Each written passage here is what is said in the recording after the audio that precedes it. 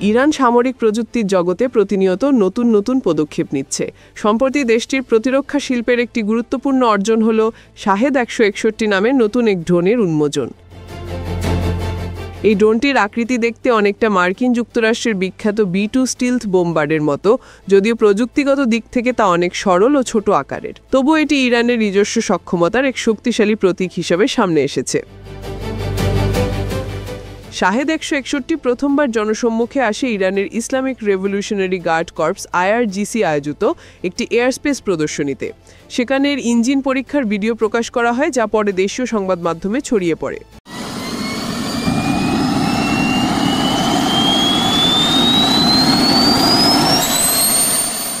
এই ড্রোনটি তৈরি করেছে ইরানের শাহেদ এভিয়েশন ইন্ডাস্ট্রিজ, যারা পূর্বে বহুল আলোচিত শাহেদ 136 কামিকাজি ড্রোন তৈরি করেছিল। নতুন এই মডেলটি মূলত নজরদারি বা রেকনেসেন্স এবং হালকা আঘাত বা লাইট স্ট্রাইক মিশনের জন্য তৈরি করা হয়েছে। শাহেদ 161 ড্রোনটির ওজন প্রায় 170 কিলোগ্রাম এবং এটি 2 ঘন্টার মতো আকাশে থাকতে পারে। এর অপারেশনাল রেঞ্জ প্রায় 150 কিলোমিটার, যা ছোট থেকে মাঝারি পরিসরের সীমান্ত মিশনের জন্য যথেষ্ট। ইরানি সূত্র অনুযায়ী এটি সর্বোচ্চ 26,000 ফুট উচ্চতা পর্যন্ত উঠতে সক্ষম। ড্রোনটির কাঠামো ফ্লাইং উইং ডিজাইনের, অর্থাৎ এর দেহ ও ডানা একসঙ্গে মিশে গেছে ঠিক B-2 মতো। এই বিশেষ আকৃতির রাডারে শনাক্ত হওয়া কমাতে সাহায্য করে, ফলে এটি শত্রুপক্ষের প্রতিরক্ষা ব্যবস্থার চোখ এড়িয়ে চলতে পারে।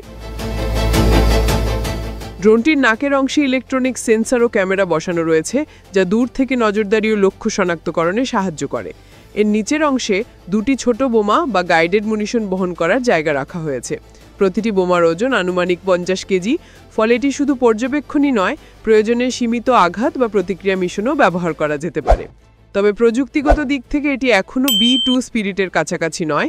B-2 একটি বিশাল জেট চালিত বোমবার, যা 1000 কিলোমিটার দূরে গিয়ে পারমাণবিক বোমা ফেলতে পারে, আর শাহেদ 161 হচ্ছে তুলনামূলকভাবে ছোট, সাশ্রয়ী ও স্বল্প পাল্লার ড্রোন। কিন্তু ইরানের জন্য এটি এক ধরনের প্রতীকী অগ্রগতি, কারণ এটি সম্পূর্ণ দেশীয় প্রযুক্তিতে তৈরি। এতে তারা দেখাতে চায় যে বিদেশি নিষেধাজ্ঞার মধ্যেও তাদের গবেষণা উন্নয়ন বা R&D থেমে নেই। বিশ্লেষকরা বলছেন শাহেদ 161 মূলত ইরানের ড্রোন বহরের বৈচিত্র্য বাড়ানোর অংশ।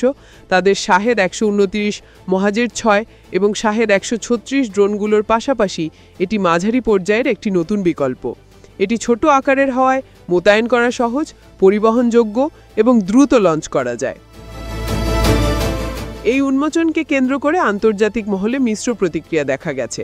কিছু বিশ্লেষক মনে করেন ইরান তার সামরিক প্রযুক্তিকে নতুন উচ্চতায় নিয়ে যেতে চায়, যা মধ্যপ্রাচ্যের শক্তি ভারসাম্যে প্রভাব ফেলতে পারে। অন্যদিকে কিছু বিশেষজ্ঞ বলছেন এটি মূলত মনস্তাত্ত্বিক প্রদর্শন, অর্থাৎ প্রযুক্তিগত সক্ষমতার চেয়ে বেশি ইরান তার আত্মবিশ্বাস ও উদ্ভাবনী ক্ষমতা প্রদর্শন করছে। আঞ্চলিক দৃষ্টিকোণ থেকে দেখা যায় ইরান এমন সময়ে ড্রোন উন্মোচন করেছে যখন পারস্য উপসাগর, আজারবাইজান সীমান্ত ও মধ্যপ্রাচ্যে উত্তেজনা বাড়ছে।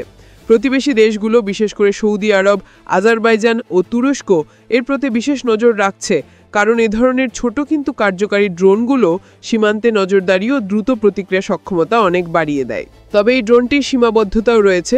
150 কিলোমিটার রেঞ্জ মানে এটি দূরপাল্লার মিশনের জন্য নয়। এছাড়া এর টার্গেটিং সিস্টেম এবং নির্ভুলতা এখনও পরীক্ষামূলক পর্যায়ে রয়েছে। ইরানের প্রতিরক্ষা বিশ্লেষকরা নিজেরাই বলছেন এটি একটি প্রোটোটাইপ বা পরীক্ষামূলক সংস্করণ, যা ভবিষ্যতে আরও উন্নত সংস্করণে রূপ নিতে পারে। শাহেদ 161 প্রকৃত মূল্যায়ন তাই হবে যখন এটি বাস্তব নিশানে ব্যবহার হবে, যেমন সীমান্ত নজরদারি, উপকূলীয় পর্যবেক্ষণ বা প্রশিক্ষণ মিশনে। কিন্তু একথা অস্বীকার করা যায় না যে ইরান এখন তার প্রতিটি নতুন ড্রোনের মাধ্যমে আন্তর্জাতিক অঙ্গনে নিজের অবস্থান আরও শক্ত করছে। সব মিলিয়ে বলা যায় শাহেদ 161 একটি প্রযুক্তিগত ও কৌশলগত ঘোষণা। এটি দেখিয়ে দিয়েছে ইরান শুধু প্রতিরক্ষার জন্য নয়, বরং উন্নত ডিজাইন ও গবেষণায় আত্মনির্ভর হতে চায়। B-2 আকৃতির অনুপ্রেরণা নিয়ে তৈরি এই ড্রোন হয়তো এখনও বিশ্ব শক্তিদের সমকক্ষ নয়, কিন্তু এটি ইরানের ড্রোন যুগের এক নতুন অধ্যায় শুরু করেছে, যেখানে স্থানীয় উদ্ভাবন, সাহস ও প্রযুক্তিগত স্থিতিশীলতা একসঙ্গে মিশে গেছে।